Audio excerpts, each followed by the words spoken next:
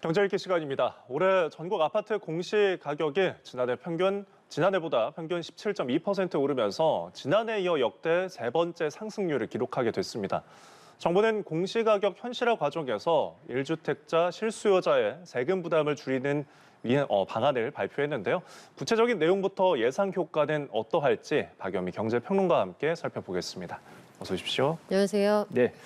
자, 올해 전국 공동주택 공시가격 17.2% 두 자릿수 상승률을 보였는데 지금 세부적으로 지역별로 보면 인천이 서울보다 더 많이 올랐습니다. 네. 일부 지역이 30%에 육박했고 세종은 작년에는 상승률 1위를 보였는데 이번에는 하락하는 모습을 보였어요. 어떻게 보셨나요? 전반적으로 보면 다 많이 올랐다. 17개 시도 가운데 말씀하신 것처럼 세종시를 제외하면 네. 다 높은 상승률을 보였는데 전남 지역의 경우에는 지난해에도 전체적으로 낮았고 올해도 상대적으로 낮은 한 자릿수의 상승률을 보였습니다만 그 지역을 제외하면 굉장히 많이 올랐습니다.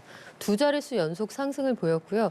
일단 세종시만 왜 숫자가 유독 튀느냐 그것부터 예. 설명을 드리면 지난해 세종시의 경우에는 공시가격 상승률이 전년 대비 70%가 넘었거든요. 그러면 지난해 세종시에 대체 무슨 일이 있었느냐? 예. 종전에 재작년 아파트 가격 상승률이 무려 45%에 달했거든요. 네. 그게 지난해에 반영이 됐기 때문에 70% 올랐었는데 워낙 먼저 큰 폭으로 올라서 올해는 약간 조정을 받았다. 세종시 같은 경우에는 국회 이전 이런 것들이 이야기가 되면서 예. 대선을 앞두고 일종의 이벤트적으로 부동산이 좀 이상 급등을 했던 그런 수요가 있었으니까 이 숫자는 좀 보정을 위해서 차치한다고 치면 전반적으로 볼 때 전체 평균 17% 이상 올랐고요. 예. 서울이 14%, 말씀하신 인천의 경우에는 30% 가까이 올랐는데 이것도 역시 아파트 가격이 워낙 많이 올랐습니다. 지난해 지역에 따라서는 인천에서 30% 가까이 아파트 가격이 오른 곳도 있었고요. 전체적으로 인천 지역 아파트 가격 자체가 25% 가까이 올랐기 때문에 예. 가격 상승분이 고스란히 반영이 됐다. 그리고 제주도의 경우에도 지난해에는 공시가격 상승률이 한 자릿수였거든요. 예. 올해 들어서는 이게 8배 이상 올라서 14% 이상 상승을 했으니까 다 같이 굉장히 많이 올랐구나. 이걸 체감할 수 있는 숫자입니다. 예, 공시가격 상승에 대한 의미를 지금 짚어봤는데 아무래도 공시가격이 오르면은 네. 공시가격이 세금의 기준이 되는 보유세들이 어찌되면은 부담이 될 수도 있잖아요. 그래서 지금 정부가 부동산 보유세 부담을 1년 전과 유사한 수준으로 유지하는 그런 완화 방안도 함께 제시를 했는데 그렇다면 이 예상 효과는 어떨까요? 일단은 재산세나 종부세의 경우에는 지난해 수준으로 동결되거나 일부의 경우에는 좀 줄어들 가능성도 있거든요.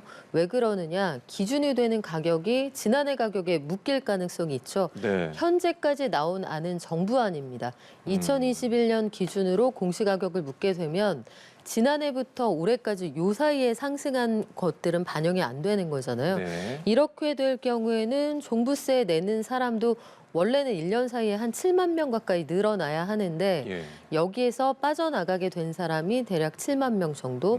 그리고 종부세가 지난해보다는 세수가 한 200억 원 정도 늘어나겠습니다만 역시 2천억 원대 초반대에서 묶일 것으로 보이고 만약에 이 조치가 없었다 하면 올해 종부세 세수로 대략 4천억 원 이상이 거칠 것으로 예상이 됐었거든요. 예. 그럼 절반 정도 감해주는 효과가 나타날 텐데 이게 정부 아니고 국회로 이게 넘어가게 되면 2021년도 공시가격이 이미 많이 올랐으니 예. 2020년 공시가격을 적용하자 이런 주장이 나올 수가 있는 상황이에요. 이게 윤석열 당선인의 공약 사항이기도 했고 예. 국회에서 지방선거를 앞두고 만약에 5월에 조세특례제한법 개정 등이 그런 기준에 따라 이루어진다고 하면 예. 2020년 기준으로 공시가격을 적용한다라고 했을 때 지금 저희가 말씀드리는 안이나 세액보다 더 세금이 줄어들 가능성도 여전히 남아 있습니다. 정부안대로 갈지 혹은 더 네. 그 재작년 수준으로 정치권이 갈지 합의를 할 수도 있죠. 네, 그것을 지켜봐야겠네요. 사실 공시가격이 지금 재산세, 종합부동산세 기준이 되기도 하지만 건보료, 건강보험료의 이제 과세 기준이기도 하잖아요. 보험료에 대한 기준이기도 한데 그렇다면은 공시가격이 늘어나면 그 부담도 함께 늘어나지는 않을까요? 원래는 그렇게 되는 게 맞죠. 그 집값이 그러니까 세금의 기준이 되는 집값이 비싸게 매겨진다라고 하면 지금 소득이 1,000만 원 이상 연간 잡히거나 아니면 재산이 9억 원 이상 잡히는 분들은 피부양자 자격을 박탈하게 됩니다. 네. 즉 자식이나 배우자의 그 소위 회사에서 내주는 그 건강보험 체계에 얹혀 있다 우리가 흔히 이렇게 얘기를 하잖아요. 그 자격을 상실하게 되는데 집값이 오른 만큼 반영을 안 한다. 그걸 종전 기준으로 묶어둔다라고 하면 그 자격을 박탈당할 가능성이 좀 줄어들게 되잖아요. 예. 그래서 건강보험의 경우에는 전반적으로 볼 때 지난해 재산세를 구간별로 좀 세율을 조정해 주기로 한 이런 부분들을 다 통합해서 적용을 한다고 치면 예. 건강보험료는 오히려 지난해 수준에 동결되거나 더 적게 내는 분들도 있을 것으로 보이고요. 이게 건강보험뿐만이 아니라 그 집값이라는 게 굉장히 많은 사회복지 체계의 기준이 되기 때문에 예. 박탈이 되느냐 되지 않느냐 그리고 실질적으로 조세저항을 어디까지 불러오느냐 아주 민감한 사안이어서 이런 부분들이 전반적으로 고려가 되면 건강보험료를 내가 집값 올라서 더 내게 됐다 이런 예. 분들이 올해 많지는 않을 것 같습니다. 네. 좀 계층별로 봤을 때 지금 정부가 60세 이상 고령자가 주택을 팔거나 상속할 때까지 종합부동산세를 이제 납부를 유예해주는 제도를 도입하기로 했거든요. 네. 아무래도 집은 있는데 이제 고령인 분들이 뭐 소득이 없거나 이런 분들을 위한 조치인 것 같은데 어떻게 보시나요? 실질적으로 도움이 될 겁니다. 네. 왜냐하면 이게 감정적으로 좀 부딪히는 부분이 있는데 수십억짜리 집에 살면서 돈이 없다는 게 말이 되느냐 이렇게 단순화하기에는 정말로 그 소득이 없는 경우에 내가 우리 집의 집값이 올라간다고 해서 통장에 꽂히는 돈이 늘어나는 건 아니거든요. 그렇죠. 그 집을 팔고 다른 데로 이사를 가서 차익을 실현하지 않으면 재산세나 종부세는 점점 올라가지만 이 현금으로 낼 수 있는 여력이 없단 말이에요. 그래서 만 60세 이상의 소득이 그 총소득 기준으로 7천만 원 미만인 분들의 경우에는 이런 분들은 담보를 제시할 수 있다고 쳤을 때 예. 상속이나 매매 시점까지 종부세 내는 시점을 좀 밀어준다. 그럼 그때 한 번에 계산을 할 수가 있기 때문에 예. 당장 그 현실적으로 도움이 좀 되지 않을까 싶습니다. 예. 자, 이어서 가계대출 이야기인데요. 금융당국의 지금 가계부채 관리 방안 시행 이후에 각종 어떤 규제가 좀 강화되면서 대출 문이 좀 닫혔잖아요. 근데 지금 다시 시중은행들이 전세자금 대출 규제를 좀 완화하기 시작했거든요. 이 문턱이 좀 낮아진 배경에 무엇이 있을까요? 일단 한 분기 이상 가계대출 잔액의 증가세를 보면 네. 잔액의 총량이 좀 줄었어요. 그러니까 돈을 빌려주지 않았고 금리가 많이 올라가기도 했고 비투 열풍이 좀 잦아들면서 예. 실질적으로 대출을 받은 그 총량 늘어나는 총량 자체가 좀 감소했다. 이게 통계로 잡히거든요. 예. 사실 좀 이례적입니다. 석 네. 달 이상 이렇게 줄어드는 건. 그러면 은행권에서는 정부가 그 가계대출이 늘어나는 그 비중을 전년 대비 5% 이내로 규제를 한다고 해도 네. 그래도 여력이 좀 생기는 거잖아요. 여기에다가 또 한 가지 윤석열 대통령 당선인이 전반적으로 대출 규제를 좀 풀어주겠다 예. 이런 기조를 거듭해서 밝히고 있기 때문에 은행들도 이제 눈치를 보기 시작을 한 거죠. 하지만 가장 근본적인 동의는 은행이 돈을 벌 수 있는 여러 가지 장치들 가운데 이자 장사가 제일 쉽고 예. 쏠쏠합니다. 그렇죠. 그래서 담보대출을 늘려가는 것들 그리고 충분한 담보를 제공할 수 있거나 신용이 좋은 분들한테 고금리 시대에 돈을 꿔주지 않을 이유가 없거든요. 예. 그래서 은행들이 전반적으로 눈치 보기를 하다가 이른바 신사협정을 맺고 있었거든요. 그래서 정부의 대출 규제 속에서 자율 협의를 해서 우리 우대금리 주지 말자. 네. 금리에서 여러 가지 끼어 팔기 하지 말자 하다가 이 금기가 하나둘씩 깨지기 시작하면서 예. 이번 주에 우리은행을 필두로 해서 예. 신한은행, 하나은행이 순차적으로 대출 규제를 완화하겠다는 입장을 밝힌 상태입니다. 네. 전세대출 비율도 늘어나고 좀 우대 금리도 또 많이 생겼더라고요.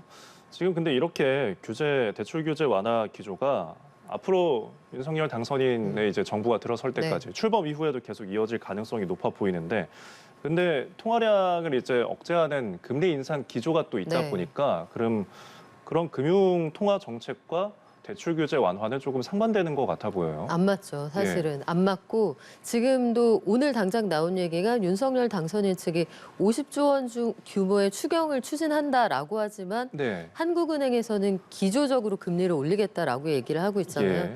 전 세계가 다 같이 직면해 있는 딜레마인데 경기가 눈에 띄게 좋아지지는 않고 있지만 물가가 눈에 띄게 올라가는 건 또 사실이거든요. 예. 그러면 물가를 잡을 것이냐, 경기 방어를 위해서 좀 놔둘 것이냐 이런 것들은 딜레마인데 이게 한국은행 숙제가 될 거고요. 예. 차후에 새 정부가 출범하고 나서도 정책 조합을 어떻게 해갈 것이냐 이게 가장 큰 고민거리가 될 거고 은행들은 어찌 되었든 대출 규제가 약간 느슨해진 요 사이에 대출 총량 규제도 좀 만약에 완화가 된다고 하면 이자 수입을 극대화할 수 있는 방향으로 달려갈 수밖에 없는 상황입니다. 왜냐 증시에서도 지난해 워낙 실적이 좋았기 때문에 지난해 대비 올해 실적을 전년 수준 유지라도 하려면 예. 지난해 워낙 많이 늘어난 요 실적을 비슷하게는 맞춰줘야 되거든요. 안 그러면 기저효과 때문에 무조건 지난해보다 실적이 악화됐다 이런 기사가 나오게 마련이어서 예. 은행들은 아마 그 주주들의 눈치를 보는 상황까지 고려하더라도 대출을 할 수 있는 만큼 하려고 들 겁니다. 예, 불가피한 측면이 네. 있다고 지적해 주셨는데 아무래도 그 숙제는 또 한국은행이 많이 지게 될 것 같습니다. 그래서 지금 이주열 총재가 이번 달까지 임기가 마지막이었고 오늘 이제 조금 전에 들어온 소식이 문재인 대통령이 이주열 총재 후임으로 이창용 IMF 국장을 이제 한국은행 총재로 네. 후임으로 지명을 했는데 이분은 어떤 인물인가요? 이창용 국장 1960년생이고요. 윤종원 전 청와대 경제수석하고 학교를 같이 다녔죠. 예. 전반적으로 보면 청와대에서 오늘 짧게 브리핑하기로는 실무와 이론을 두루 갖춘 인재다 이렇게 평가를 했는데 네. 이명박 정부 당시에 인수위 경제 1분과의 인수위원이었고요. 예. G20 정상회의를 할 때 여러 가지 그 수훈을 인정을 받아서 G20 관련 유공자가 되기도 했습니다. G20 회의를 국내에서 진행을 할 때 G20이라는 게 이명박 정부 당시에 세계 금융위기를 극복하기 위한 글로벌 협의체잖아요. 네. 세계 20개국 정상들이 한국에 모여서 회의를 했을 때 기획조정위원을 맡았었고 네. 이창용 그 후보자 지명자는 여러 가지 국내외 네트워크에도 상당히 그 탄탄한 인맥을 가지고 있는 것으로 알려져 있고 예. 실질적으로 만나보면 사람이 참 온화합니다. 그런 평가가 많고 성품에 대한 코멘트가 간략하게 있었거든요. 청와대에서. 이번에 여러 그 후보군들이 거명이 되었었는데 이창용 후보자의 경우에는 이른바 정치 색깔이 없으면서 실무에 뛰어나다. 그리고 예. 서울대 경제학과 교수를 지냈고 아시아개발은행 IMF에서 아태국장 현직입니다. 예. 아태국장을 지내면서 두루 그 실력과 인품을 갖추고 있다 이런 평가를 받고 있습니다. 예. 지금 이제 지명을 한 과정에서 인사청문회도 이제 열릴 네. 텐데 4월에는 금융통합위원회가 예정되어 있거든요. 그러면 새로 지명된 총재가 임명이 돼서 참석을 할 수 있을까요? 일정이 좀 빠듯하기는 하죠. 네. 일정이 빠듯하기는 한데 만약에 이제 지금 지명하는 과정을 보면 청와대는 그 모종의 내정자에 대한 그 당선인 측과의 의견 교류가 있었다라고 하지만 그런 적이 없었다고 또 즉시 네, 반박이 그렇습니다. 나왔잖아요. 그것과 별개로 이창용 지명자에 대해서는 워낙 평판이 좋은 상황이기 때문에 국회 인사청문회 통과는 그다지 어려울 것 같지 않은데 일정상 이게 굉장히 서두를 수 있느냐 이건 예. 국회에서 아마 논의 과정에서 운용의 묘가 좀 필요할 것으로 보이고요. 예. 대행이 진행하는 것보다는 아무래도 이런 경제 위기 상황에서는 그 직접 가는 게 좋잖아요. 예. 아마 이런 것들은 당선인 측하고 이야기를 나눠서 일정을 좀 당기려면 당길 수 있지 않을까 싶기도 합니다. 예. 근데 만약에 그 일정이 안 됐을 경우에 4월에는 어쨌든 금통위가 열리고 그걸 네. 총재가 공석인 상태로 열린다면은 기준금리 인상이나 어떤 그런 부분에 대해서는 문제가 없는 건가요? 좀 애매하죠. 이게 7명으로 구성이 돼 있고 보통은 금통위원들의 의견이 나뉠 때 총재가 그 다수 의견에 손을 들어주는 것으로 금리의 방향이 결정이 되거든요. 예. 그런데 6명이서 회의를 한다라고 하면 애매하잖아요. 네. 그러니까 그래서 아마도 4월에 총재가 부재한 상태에서 금리 방향을 뚜렷하게 정하기는 어려울 겁니다. 또 5월에 새 정부가 출범을 하니까요. 예. 아마 그 상황을 좀 지켜보셔야 될 것 같네요. 예. 자, 그리고 지금 이제 신임 총재에 대한 이야기를 했는데 전임 총재 네. 이주열 총재는 이제 연임을 하면서 8년 동안에 한국은행에 총재를 맡아왔는데 또 43년 최장수 하는 근무라는 경력까지도 갖추고 있어요. 그런 정권 교체에도 연임한 첫 총재로 기록을 남기게 됐습니다. 그럼 공과 과에 대해서 또 이야기가 나올 텐데 네. 어떤가요? 이주열 한국은행 총재는 그 취임식했던 그날 제가 한국은행에 있었습니다. 아, 예. 이주열 한국은행 총재는 굉장히 온화한 성격 그리고 정치색이 뚜렷하지 않다 이런 것들이 장점으로 꼽혔고 그래서 우리가 역대 연임한 총재들은 1950년대 한국 전쟁 당시에 있었고 70년대 5.1 쇼크 당시에도 있었지만 예. 정권이 바뀌었는데도 연임한 총재는 처음이거든요. 그리고 이주열 한은 총재의 경우에는 한국은행 총재가 인사청문회를 거치게끔 하는 법이 개정된 이후로 예. 청문회를 거친 첫 번째 총재이기도 합니다. 그래서 전반적으로 보면 2.5% 금리를 기록할 때 취임을 해서 이제 최저치를 찍고 다시 올리는 그런 상황에서 퇴임을 하게 되는 건데 네. 최근 들어서 뭐 공과가 엇갈리기는 합니다만 공격적으로 우리가 금리를 좀 먼저 올려서 네. 연준보다 빨랐다 이런 평가는 받고 있는 상황이거든요. 다만 조직 문화 개선에 적극적이었느냐 여기에 대해서 안팎의 평가는 좀 엇갈리는 것 같고 물가 수준은 취임 당시 1.5%에서 현재 3% 후반대니까 예. 물가 관리에서 물론 중앙은행이 극복할 수 없는 위기들이 있었습니다만 예. 이런 부분에 대해서는 상대적으로 좀 박한 평가를 받을 가능성은 남아 있습니다. 예, 그렇습니다. 자, 오늘은 여기까지 이야기 나눠봤습니다. 지금까지 박연미 경제평론가와 함께했습니다. 고맙습니다.